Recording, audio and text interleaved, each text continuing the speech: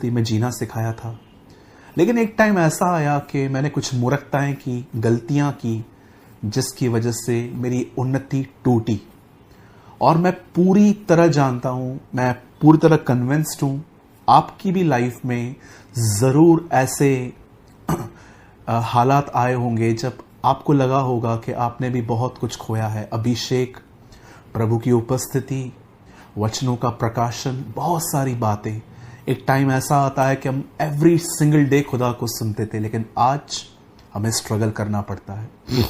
मैं आप में से हर एक को कहना चाहता हूं, क्या रीजन है इसके, क्या कारण है कि कभी कभी हम इतने बढ़ गए और कभी कभी हम नहीं बढ़ पाते हैं। उसका एक जो मुख्य कारण है वो है हमारे निर्णय, आवर डिसीजंस। कई बार जो हम निर्णय लेते हैं कि हम कैसे बात करेंगे, हम अपना समय कहाँ बिताएंगे, हम पैसे कहाँ यूज़ करेंगे, कहाँ नहीं करेंगे, हम क्या देखेंगे, हम क्या सोचेंगे। जीवन में जो भी आप करते हो वो एक चुनाव है जिसका परिणाम आपको भविष्य में दिखाई देगा। पॉल भी कहता है, जो मनुष्य बोता है वही उसे काटेगा। परमेश्वर मेरा गवाह है।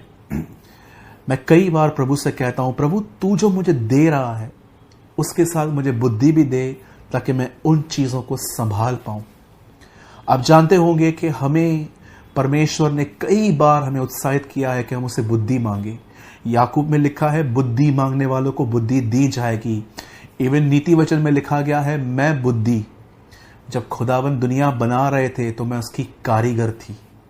परमेश्वर कई बार हमें इनकरेज करता है बाइबल के अंदर कि बुद्धि को अपनी बहन और समझ को अपनी साथिन बना, बुद्धि को माला की तरह पहने रहे। आज कई सारे जो लोग हैं उन्हें बहुत अच्छे से पता है कि बिजनेस कैसे करना है, पैसे कैसे संभालने हैं, घर में क्या लाना है। कई सारी बातें हमें पता रहती हैं, हम विजडम से मैनेज करते हैं। बट मैं जिस विजडम की बात कर रहा हूं वो एक अलग विजडम है।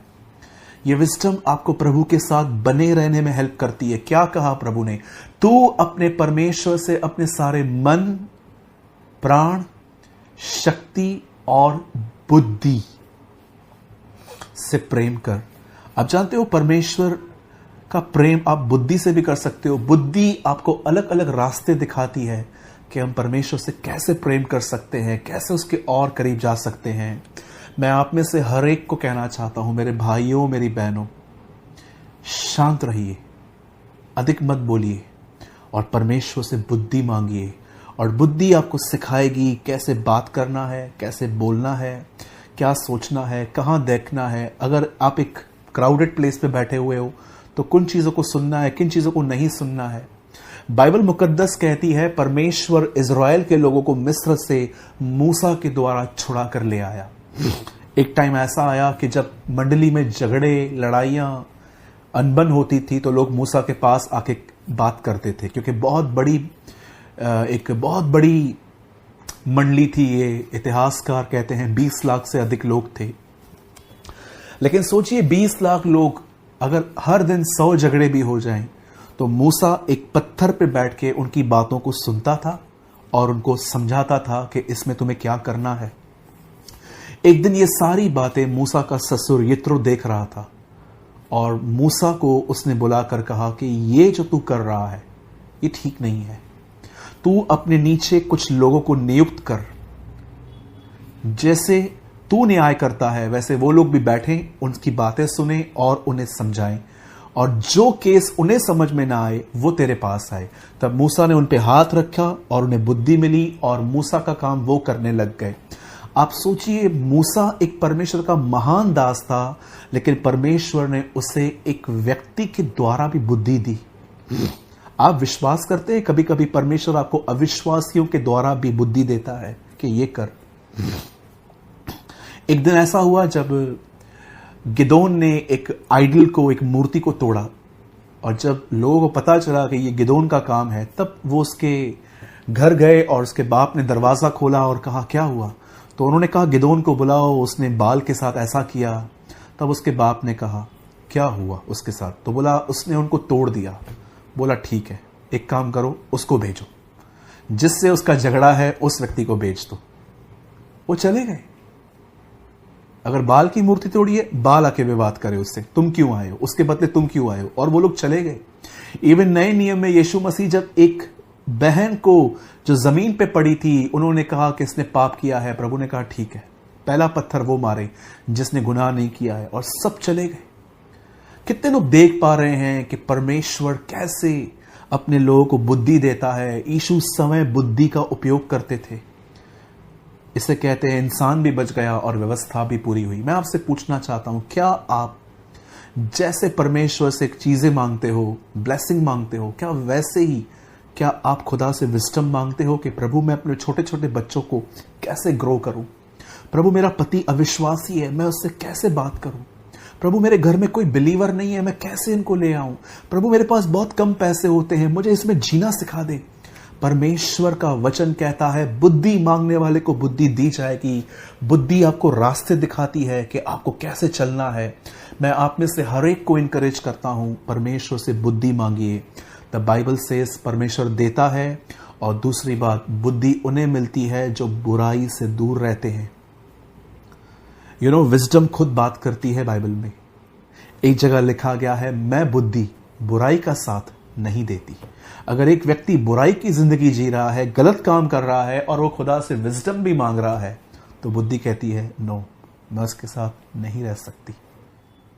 मैं आप में से हर एक को इनकरेज करता हूं, हर एक को परमेश्वर से विजडम मांगे। यीशु ने कहा, मेरे पिता की महिमा इससे होती है कि तुम बहुत सारा फल लाओ। इट मीन्स अच्छा स्वभाव। अच्छा स्वभाव हम खुद पैदा नहीं कर सकते, वो परमेश्वर के अनुग्रह से मिलता है, लेकिन उस अनुग्रह में बनने के लिए हमें बुद्धि सहायता करती है। मैं एक एग्जाम्पल यहां देना चाहूंगा। जरा सोचें कि आप अपने समय को कैसे खर्च कर रहे हैं। मुंबई में पैसों को और समय को एक ही वैल्यू मिलती है, टाइम इज मनी। यहां पर अगर आप आएंगे और आप किसी को भी एक विजिटिंग कार्ड दीजिए और बोलिए कि ये एड्रेस का थोड़ा मुझे गाइड कीजिए, मैं कैसे जाऊं, आपको एक ही आंसर मिलेगा। सब नहीं, लेकिन कुछ लोग आपके साथ जरूर ये करेंगे, वो आपको कहेंगे सीधा जाओ। आज यहां पर लाइफ इतनी बिजी है कि लोग आपको हेल्प नहीं कर पाएंगे। कई बार हम समझ ही नहीं पाते हैं कि हम कैसे अपने समय को इन्वेस्ट कर रहे हैं। मूसा एक दुआ में प्रभु से कहता है, हमें समझ दे, हमें बुद्धिमान बना, ताकि हमें अपने दिनों की पूरी तरह से जानकारी हो कि कितने दिन बचे हैं। भजन संहिता 90 में लिखा है, हमें अपने दिन गिनने की समझ दे ताकि हम बुद्धिमान हो जाएं। मूसा जानता था कि वो 80-90 क्रॉस कर चुका है और अब कुछ ही टाइम है उसके जाने में, और वो खुदा को कहता है, मुझे वो दिन तेरे साथ जीना सिखा। So please my brothers and sisters, ask wisdom. प्रभु मुझे सिखा मैं कैसे बात करूं, मुझे सिखा मैं कैसे पैसे यूज करूं, मुझे सिखा मुझे किन लोगों से कांटेक्ट में रहना है, मुझे सिखा मैं किसकी प्रीचिंग को सुनूं, मुझे सिखा प्रभु कि झगड़ों के अंदर मैं कैसे शांत रह के निर्दोष बना रहूं। मुझे सिखा। विजडम आपको सिखाएगी, समझाएगी। मैं धन्यवाद करता हूं प्रभु का कि उन्होंने मुझे ये वर्ड्स आपके लिए दिए थे। अब आइए मैं उस विषय को स्टार्ट कर रहा हूं जिसके लिए आप बहुत बेसब्री से इंतज़ार कर रहे थे, क्योंकि ये शिकायत बहुतों की है कि ब्रदर हम पढ़ते हैं, सुनते हैं, पर याद नहीं रहता। मैं जानता हूं ये सबकी तकलीफ है। आज मैं नहीं कहता हूं कि मैं इसे 100% सॉल्व कर सकता हूं, ये परमेश्वर ही कर सकता है, लेकिन मैं आपको गाइड कर सकता हूं कि आप ऐसा क्या करें जिससे आपकी प्रॉब्लम सॉल्व हो और पढ़ा और सुना हुआ वचन आपके हृदय में रहे। आइए मैं चाहता हूं आप सब मेरे साथ एक वर्ड खोलें और उसके बाद हम दुआ करके मैं इसको एक्सप्लेन करूंगा। कुलिस्सियों की किताब और उसका 3रा अध्याय। मैं चाहता हूं आप सब मेरे साथ खोलिए द बुक ऑफ कुलिस्सियों की किताब और उसका 3रा अध्याय, और मैं चाहता हूं अब आइए हम दुआ करें और उसके बाद हम वर्ड में आएंगे। परमेश्वर पिता, मैं यीशु के नाम में आपके पास आता हूं। धन्यवाद प्रभु, प्यार करने के लिए, संभालने के लिए, तू बड़ा दयालु है मेरे खुदा, बड़ा रहम दिल है। आज हम पर एक बार फिर से रहम कर, अपने वचन पे रोशनी दे, अपने वचन पे लाइट प्रकाश दे, नूर दे खुदा, ताकि इसे समझ पाए। तेरी बातों के खुलने से प्रकाश होता है। तूने कहा पवित्र आत्मा तुम्हें संपूर्ण सत्य का मार्ग बताएगा। आज न केवल उत्साह, न केवल करेक्शन, लेकिन हम आत्मा में चलना चाहते हैं। Bless us Lord. सभी लोगों को तू आशीष दे, यीशु मसीह के नाम में, आमेन, आमेन। ओके, मैं आपके लिए पढ़ रहा हूं कोलोसियंस उसका 3 वर्स 16 वचन। मसीह के वचन को अपने हृदय में अधिकाई से बसने दो और सिद्ध ज्ञान सहित एक दूसरे को सिखाओ और चिताओ, और अपने अपने मन में अनुग्रह के साथ परमेश्वर के लिए भजन और स्तुति गान और आत्मिक गीत गाओ। यहां पर पौलुस हमें समझा रहा है, परमेश्वर का दास कहता है सबसे अधिक अपने अंदर वचन को रखो। आप बहुत बार ये देखते होंगे कि आपने जो वचन सुना, चाहे वो किसी से भी सुना, आपके घरू पास्टर से, या आपने किसी ऑनलाइन प्रीचर से, या आपने किसी और वक्ता को सुना, या आपने बाइबल पढ़ी या कोई किताब पढ़ा, आपने देखा होगा कई चीज़ें जो हम पे इम्पैक्ट डालती हैं, कुछ टाइम के बाद हम उसे याद तक नहीं रखते। कई बार हमें स्ट्रगल करना पड़ता है कि मैंने क्या पढ़ा था।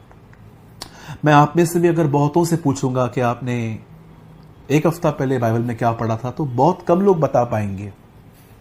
क्या रीजन है उसका? उसका कारण क्या है? क्यों हमें याद नहीं रहता? आज मैं क्लियर करना चाहता हूं।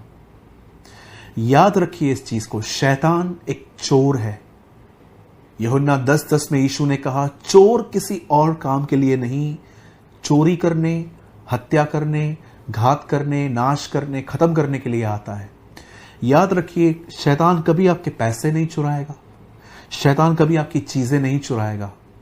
वो हमेशा उन चीजों को चुराएगा जो आपको आगे चल के जीसस से वन कर सकती है, एक कर सकती है।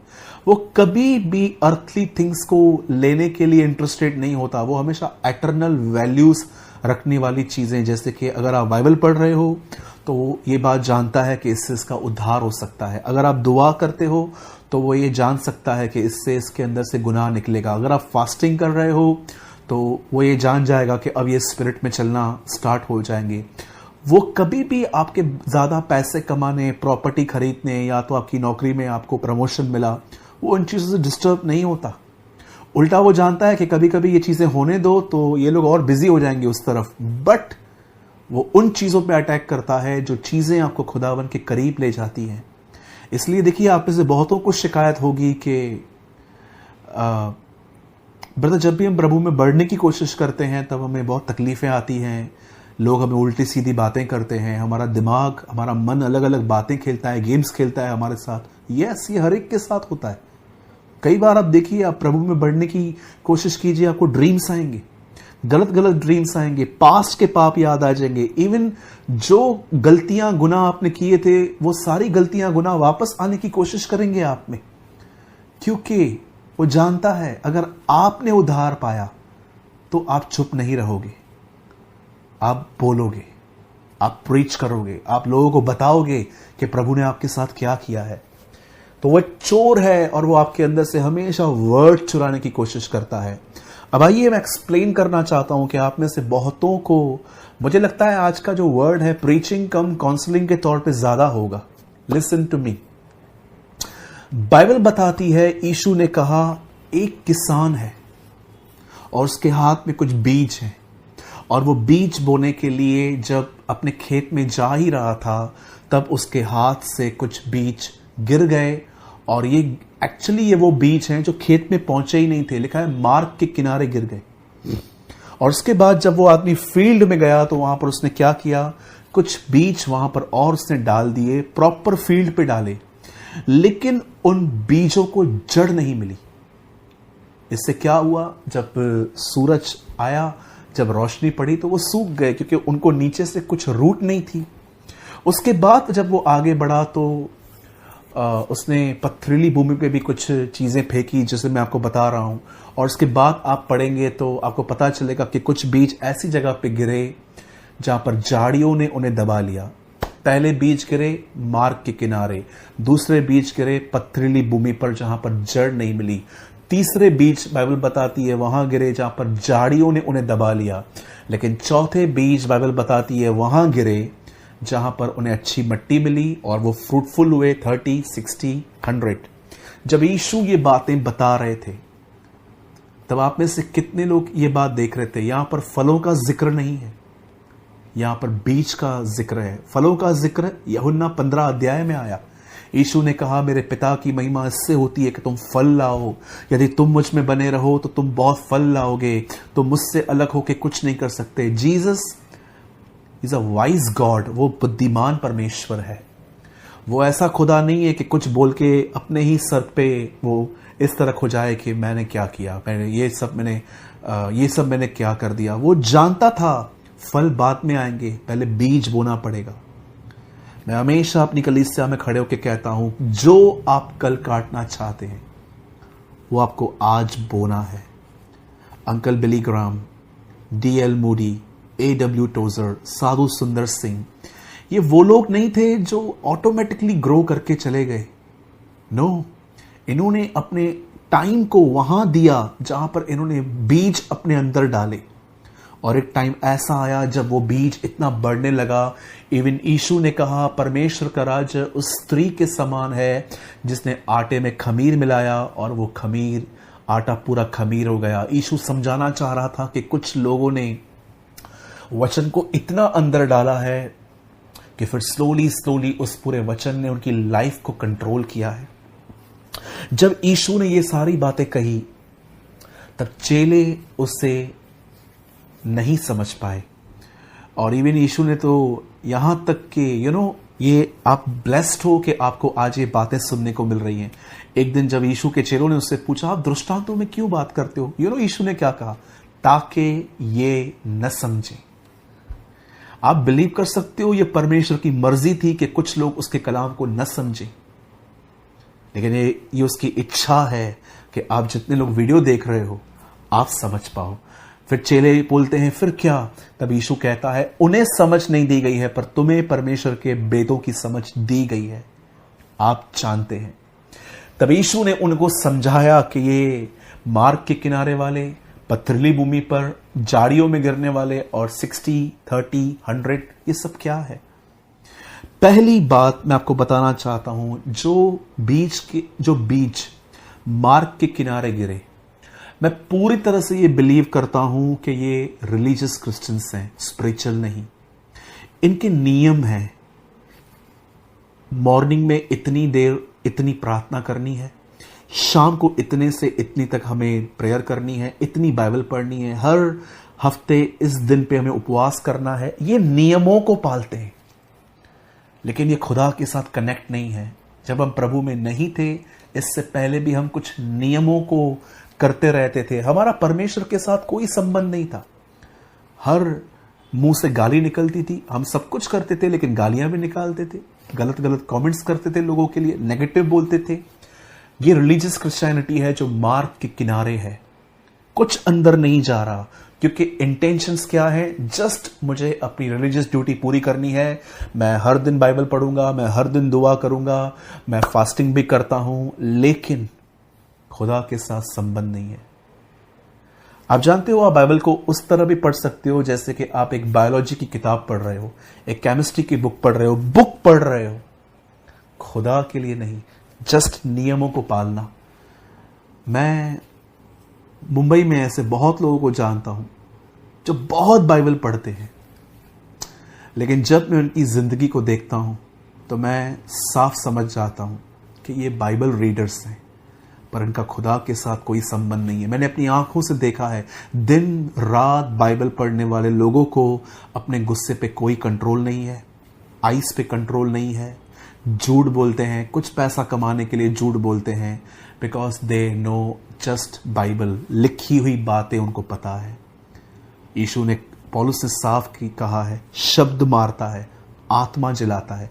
आप अपने आप से पूछिए क्यों आपको वचन याद नहीं पड़ता? क्योंकि आप जस्ट एक अध्याय एक साल में बाइबल पूरा करना है, बस इस तरह पढ़ते हैं। ये वो बीज हैं जो मार्ग के किनारे गिर गए हैं, रिलीजियस क्रिश्चियंस। उसके बाद यीशु कहता है अब कुछ बीज ऐसे हैं जो पथरीली भूमि पे गिरे हैं। ये उगी, ये बाहर आए, लेकिन हुआ क्या?